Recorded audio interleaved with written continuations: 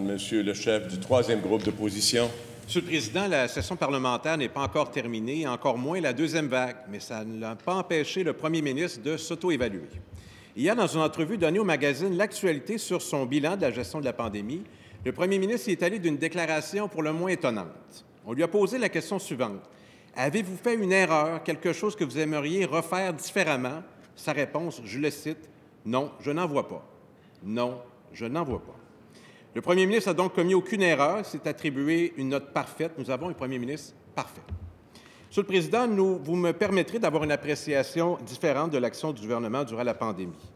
Avoir tardé avant d'imposer le masque obligatoire, donc ce n'est pas une erreur. L'aération et la ventilation dans les écoles, ce n'était pas une erreur. La préparation dans les CHSLD durant la première vague, ce n'était pas une erreur. Les déplacements du personnel des zones froides aux zones chaudes, ce n'était pas une erreur. Les lacunes dans le dépistage et le traçage, ce n'était pas une erreur. Les messages incohérents, le manque de transparence, ce n'était donc pas une erreur. Et le pire bilan des provinces canadiennes, je suppose qu'on peut être fier de ça. Ma question au premier ministre, est-ce qu'il peut répéter exactement la réponse qu'il a donnée à Alec Castonguay dans l'Actualité? Monsieur le premier ministre. Monsieur le Président, j'ai eu l'occasion d'ailleurs dans cette entrevue de dire que tous les gouvernements auraient dû agir beaucoup plus tôt pour embaucher plus de préposés dans les CHSLD. On le sait, on avait un problème, il nous manquait d'employés.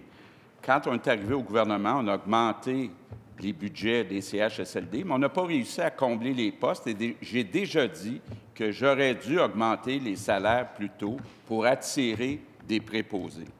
Pour ce qui est des mesures concernant les masques, la ventilation, ce sont des mesures de la santé publique et je le dis, je le répète depuis le début, depuis 9 mois, j'ai toujours suivi et même fait plus ce que la santé publique, que la santé publique me suggérait. Monsieur le Président, quand on regarde les résultats, entre autres, malheureusement, les décès, on voit que dans les CHSLD, dans la deuxième vague, on s'est amélioré de 90 %.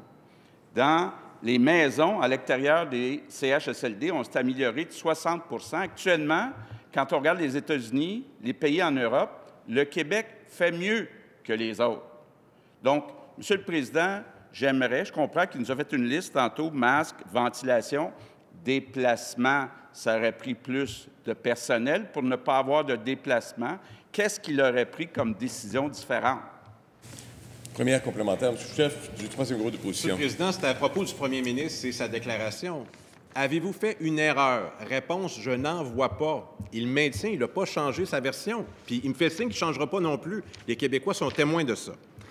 Par exemple, la majorité des ventes se font le vendredi dans le Vendredi fou. C'était la semaine dernière. Le premier ministre qui ne fait pas d'erreur, lui, il n'avait pas prévu ça. Il n'avait pas agi en avance. Est-ce qu'il le regrette? Est-ce qu'il considère que ce n'est pas une erreur? Est-ce que son dossier demeure vierge? Pas d'erreur?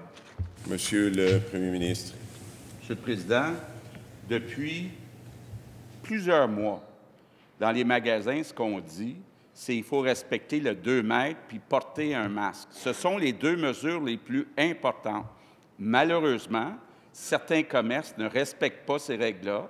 Donc, on a ajouté des règles pour dire qu'il y aura une capacité maximum qui devra être affichée. Mais, Monsieur le Président, je le répète, depuis le début, j'ai suivi les consignes proposées par la santé publique, par les spécialistes, et je pense que c'est ce que devait faire un premier ministre.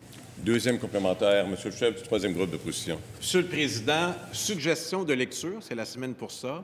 La dernière édition de l'Actualité. On pose la question au premier ministre. Avez-vous commis une erreur? J'en vois pas. Je les ai évoquées, ces erreurs. Elles sont nombreuses. Je pense que les parlementaires le réalisent. Même le ministre de la Santé a réalisé qu'il y a eu des erreurs. Mais le premier ministre n'en voit pas. Il me semble que cette attitude-là n'est pas rassurante pour la suite des choses. Est-ce que le premier ministre peut répéter en cette Chambre et avoir ce courage de dire qu'il n'a pas fait d'erreur depuis le début de la pandémie? Monsieur le premier ministre. Monsieur le Président, j'invite le chef du Parti québécois à relire l'article. Ce que j'ai dit, là, c'est continuellement, depuis 9 mois, il n'y a pas un soir, pas une nuit, où je me suis dit, est-ce que j'aurais dû prendre une autre décision? Est-ce que je devrais revenir sur une décision?